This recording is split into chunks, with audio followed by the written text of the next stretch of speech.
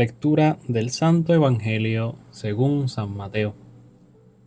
Jesús dijo a sus discípulos esta parábola: El reino de los cielos será semejante a 10 vírgenes que fueron con sus lámparas al encuentro del esposo.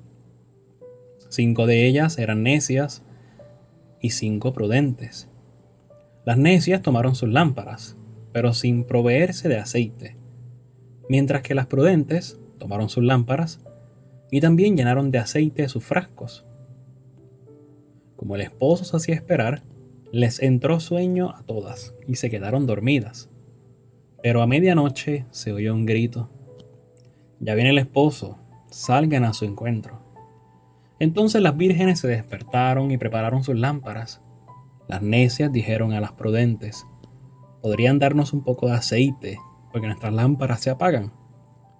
Pero éstas les respondieron: «No va a alcanzar para todas. Es mejor que vayan a comprarle al mercado». Mientras tanto llegó el esposo. Las que estaban preparadas entraron con él en la sala nupcial y se cerró la puerta. Después llegaron las otras jóvenes y dijeron: «Señor, Señor, ábrenos». Pero él respondió: «Les aseguro que no las conozco. Estén prevenidos, porque no saben el día ni la hora».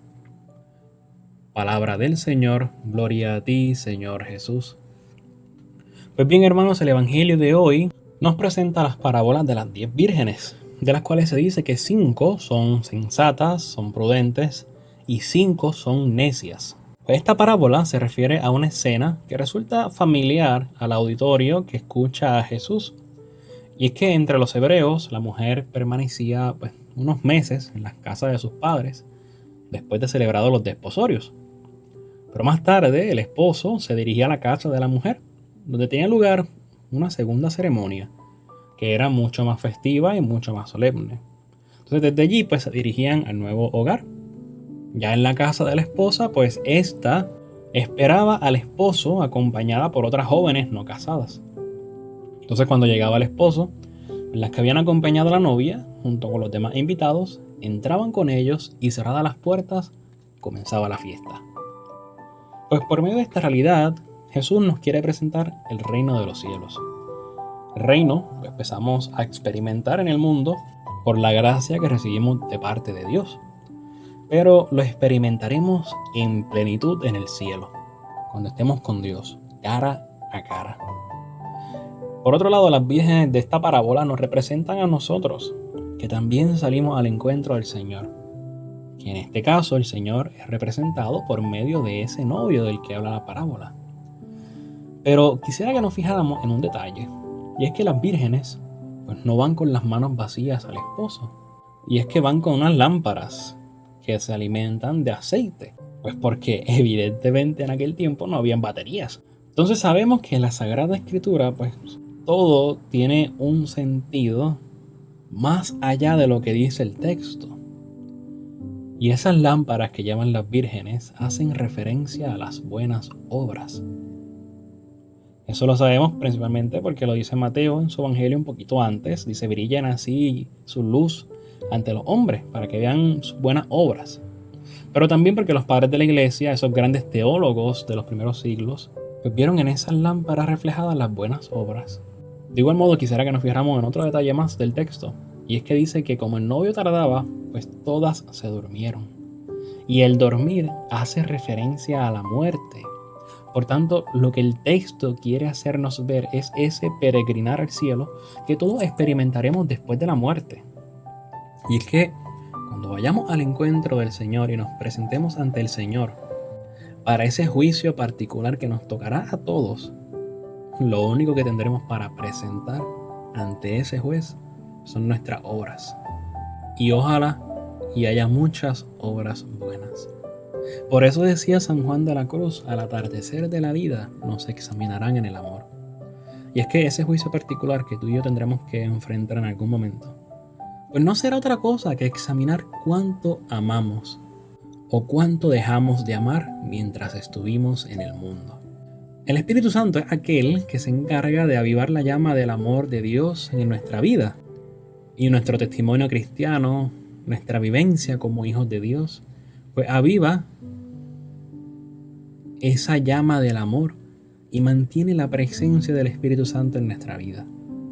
Y en la medida en que realicemos buenas obras, nuestra lámpara no se quedará sin aceite y por lo tanto nuestra luz nunca se apagará. Queridos hermanos, no basta con llamarnos cristianos, no basta con llamarnos hijos de Dios, sino que tenemos que ser cristianos, tenemos que vivir como cristianos. Y eso, en fin, es vivir como Cristo. No es otra cosa que ser reflejo de su persona y de su amor.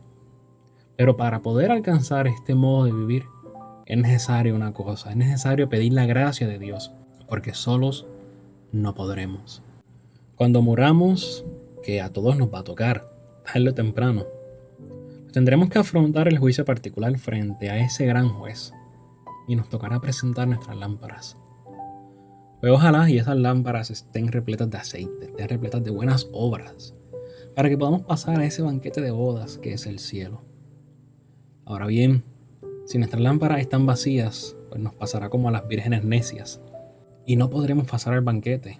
Y esto no porque el juez, o en este caso el novio, pues sea malo, sino porque no nos preparamos adecuadamente para la boda.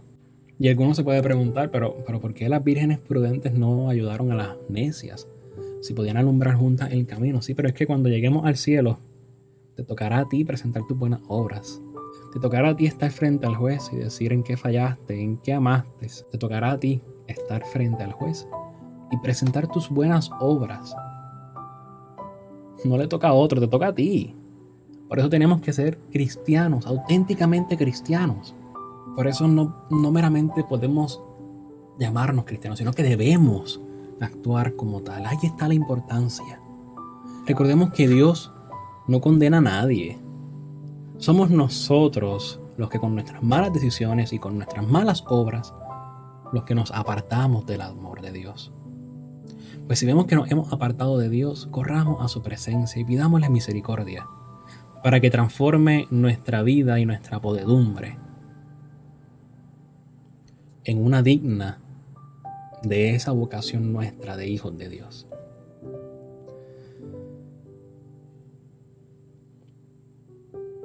Sin embargo, en lo que llega ese día, en lo que llega el día de nuestra muerte, vamos a pedirle al Señor la gracia de que aumente en nosotros el amor y de que también aumente en nosotros su presencia, para que podamos continuar obrando concorde a su voluntad, concorde al bien que Él desea para el mundo.